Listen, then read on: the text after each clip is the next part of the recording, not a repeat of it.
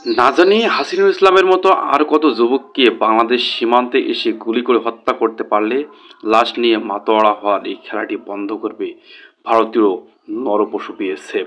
কিন্তু বাংলাদেশের অন্তর্বর্তীকালীন সরকার একের পর এক পদক্ষেপ গ্রহণ করলেও কিন্তু সীমান্তে লাশ নিয়ে খেলার বিরুদ্ধে কোনো পদক্ষেপ গ্রহণ করেনি আজ পর্যন্ত। ভারতীয় বিএসএফ একের পর এক লাশ নিয়ে খেলছে বাংলাদেশিদের সাথে। এই যে গত বুধবার দুপুর 12টা 30 মিনিটে হাসিনুল ইসলাম তার নিজের ধান ক্ষেত দেখতে গিয়েছিল এবং গরুর জন্য ঘাস কাটতে গিয়েছিল হাতিবান্ধা উপজেলার সেই ছেলে হাসানুল ইসলাম।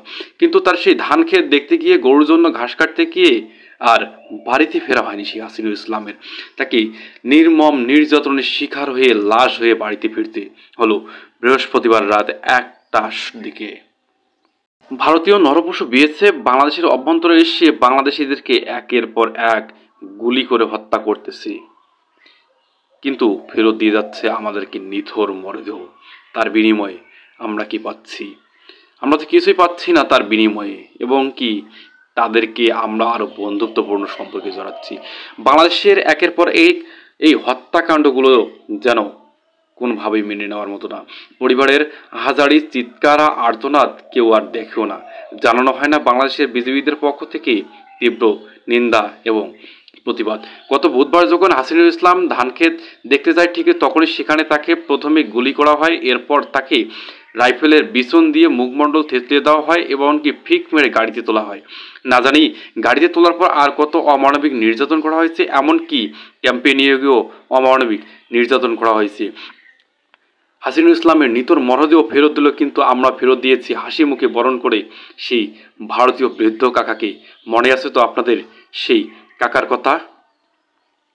হাসিনুল ইসলামকে যখন অমানবিক নির্যাতন করার পর হাসিনুল ইসলাম যখন কুচবিহারের একটি হাসপাতালে মৃত্যুবরণ করে, তার মৃত্যুর সংবাদটিও বিজিবি আমাদের কাছে নিশ্চিত করেনি। তার পরিবারের লোকজন আমাদের কাছে মৃত্যুর সংবাদ নিশ্চিত করলেও বিজিবি সেটা নিশ্চিত করেনি। সেই হাসিনুল ইসলামের লাশ পাওয়ার পর বিজিবি আমাদের কাছে নিশ্চিত করেন হাসিবুল ইসলাম মারা গেছে।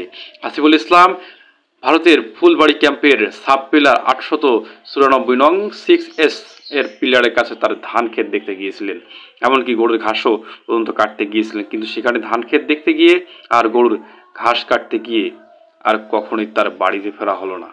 বাড়িতে ফিরতে হলো ভারতের নরপশু বিএসএফের গুলির বুলেট তার প্রাণ কেড়ে নিয়ে এমনকি নির্মম নির্যাতনের শিকার হয়ে তাকে ফেরত পাঠিয়েছে সুদূর বাংলাদেশে তার পরিবারদের কাছে। শুধুমাত্র লোক দেখানো হাসিনুল ইসলামকে নির্মম নির্যাতন করার পর হাসপাতালে নিয়ে গিয়েছিল। এটি হচ্ছে হাসিদুল ইসলামের বাবা বসে আছে অ্যাম্বুলেন্সে তার নিথর মরদেহটি নিয়ে, কিন্তু কিছুই করার নেই। রাতের গণ্ডি পেরিয়ে রাত 1টার দিকে এভাবেই স্বজনরা শোকার আহাজারিতে বসে রয়েছে হাসিনুল ইসলামের সেই নিথর মরদেহের অপেক্ষায়, সব কিছু সাজিয়ে প্রস্তুত করে রেখে। লোক দেখানো শুধুমাত্র হাসপাতালে নিয়ে গিয়ে কী ধরনের চিকিৎসা করেছে জানা নেই আমাদের, কিন্তু তাকে দিয়ে অমানবিকভাবে নির্মম নির্যাতন করে মেরে ফেলেছে ভারতীয় নরপশু বিএসএফ। তারই বাস্তব প্রমাণ দিয়েছে এই হাসিনুল ইসলামকে হত্যা করে। তার লাশ এ সীমান্ত দিয়ে দিবে ও সীমান্ত দিয়ে দিবে। বুধবার বিকাল 4টা বাজে লাশ দেওয়ার কথা থাকলো, বুধবার বিকাল 4টা তো দৌড়ের কথা, সারা রাত পর্যন্ত পেরিয়ে গেল। বৃহস্পতিবার সারাদিন পেরিয়ে রাত 1টা 30 মিনিটে তার নিতর মরদেহটি কার্টুন ভর্তি সেই মরদেহ ফেরত দিয়েছে তার স্বজনদের কাছে।